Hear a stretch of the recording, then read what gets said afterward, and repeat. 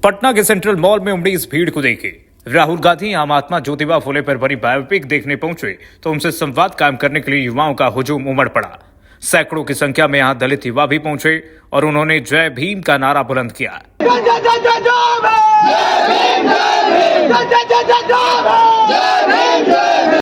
इसके साथ ही चमार रेजिमेंट की फिर से बहाली को लेकर खूब नारे लगाए गए। राहुल से उनका समर्थन मांगा गया।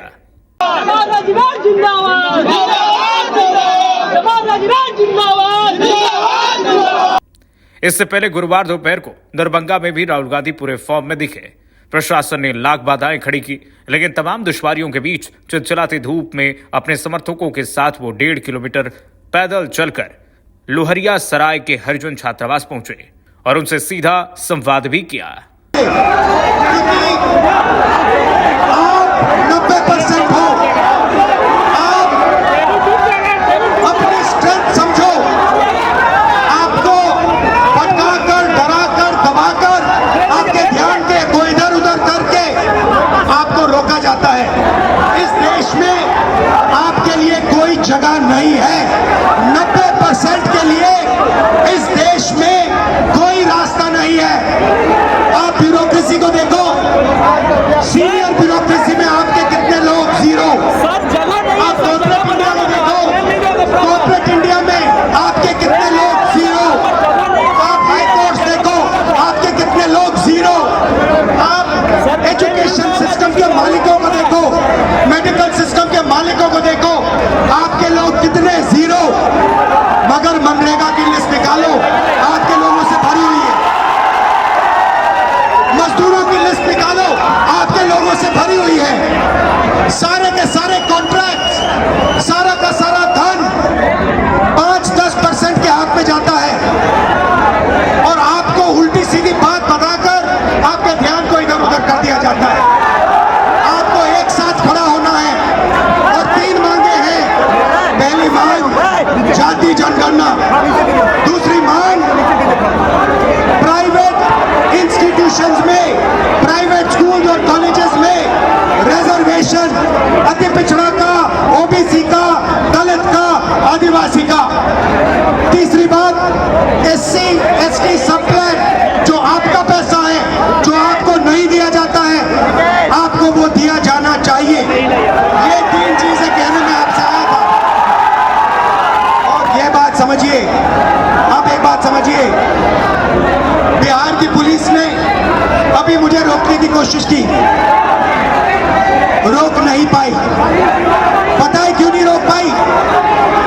नहीं, इसलिए नहीं रोक पाई क्योंकि आपकी शक्ति मेरे पीछे है।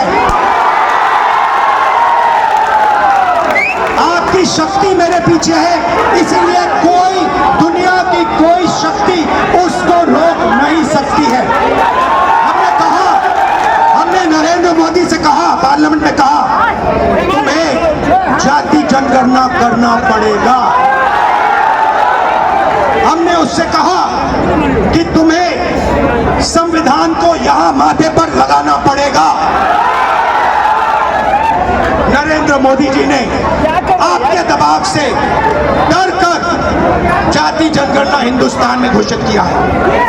आपके दबाव से डर कर उन्होंने कॉन्स्टिट्यूशन अपने माथे पर लगाया। मगर वो लोकतंत्र के खिलाफ है, संविधान के खिलाफ है, जाति जनगणना के खिलाफ है। और जो 90% हिंदुस्तान की गरीब आबादी है, अति पिछड़ा, दलित, आदिवासी, माइनॉरिटीज, ये इन सब के खिलाफ है। ये अदानी अंबानी की सरकार है, ये आपकी सरकार नहीं है। आपने इतने प्यार से मेरी बात सुनी, इसके लिए आप सबको दिल से बहुत बहुत धन्यवाद। हालांकि प्रशासनिक रोक को नजरअंदाज करने की वजह से राहुल और उनके सैकड़ों समर्थक के खिलाफ दरभंगा में प्राथमिकी दर्ज की गई।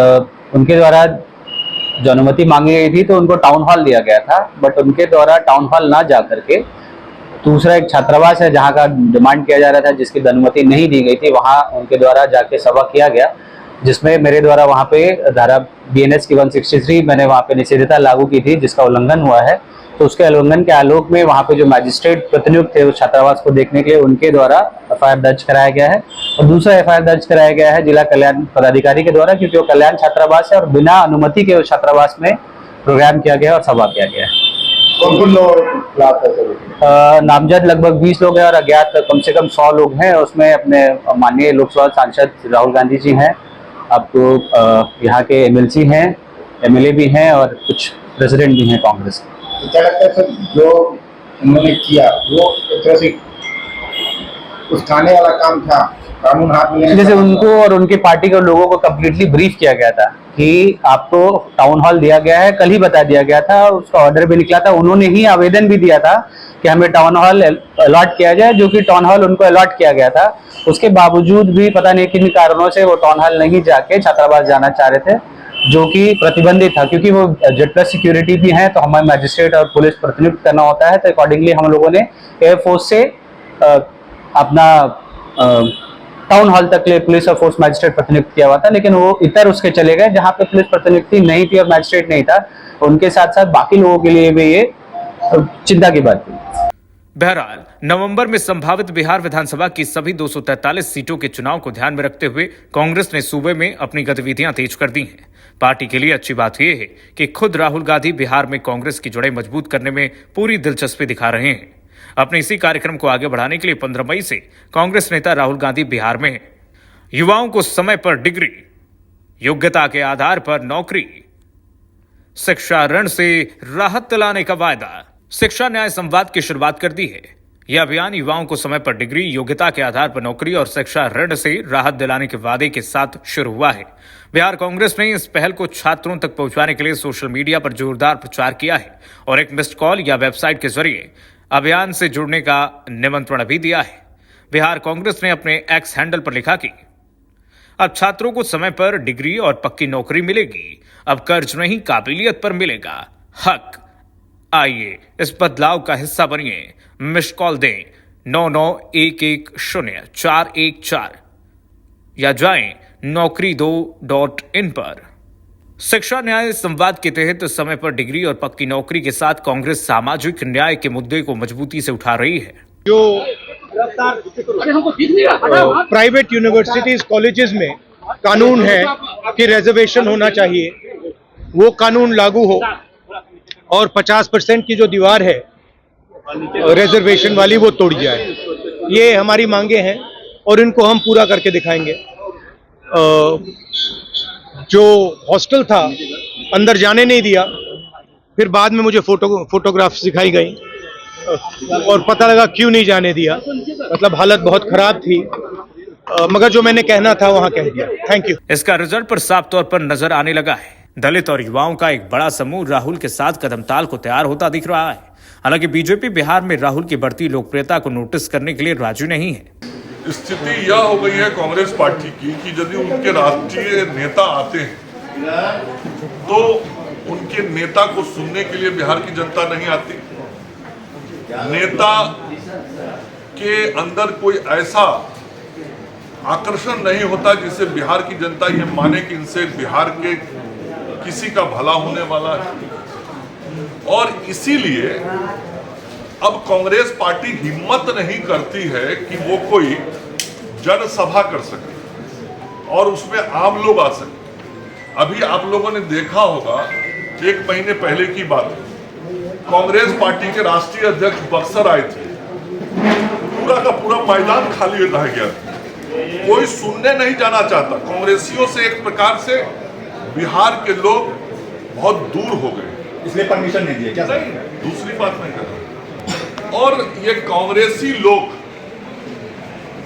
के पास कोई बिहार के कल्याण के मुद्दे नहीं है और ताकत भी नहीं है। नहीं तो राहुल गांधी आ रहे हैं, क्यों नहीं जनसभा का इन्होंने आयोजन कर लिया? कोई मैदान में जनसभा कर लेते हैं। हम लोग तो सब पार्टी को छूट दे देते हैं, सब पार्टी करता है, लोकतांत्रिक राज्य है और हम लोग तो विपक्षियों का भी सम्मान करते हैं। तो इन लोगों के पास ताकत क्या करते हैं? अभी राहुल जी आएंगे तो बेगूसराय में 100 आदमी के साथ 200 मीटर पद यात्रा, पटना में आएंगे तो 100 आदमी के साथ संवाद, आज दरभंगा आ रहे हैं तो संवाद। यदि जनता आपके साथ है तो जनता के बीच में जाइए। राहुल के विरोधी उनके ताबड़तोड़ बिहार दौरे को लेकर बस इतना कह रहे हैं कि चुनाव का मौसम आ रहा है तो नेताओं की आवाजाही तो बढ़ेगी, लेकिन राहुल की मौजूदगी को महज उनकी आमदरफ्त तक महदूद रखना एनडीए की भूल साबित हो सकती है। याद रखना होगा कि राहुल जब तक बिहार में रहे, मीडिया उनके पीछे रही और वो शायद सूबे की सबसे बड़ी खबर बने रहे। दरभंगा से राहुल चौधरी के साथ गौतम मयंक, न्यूज फ्रेम, पटना।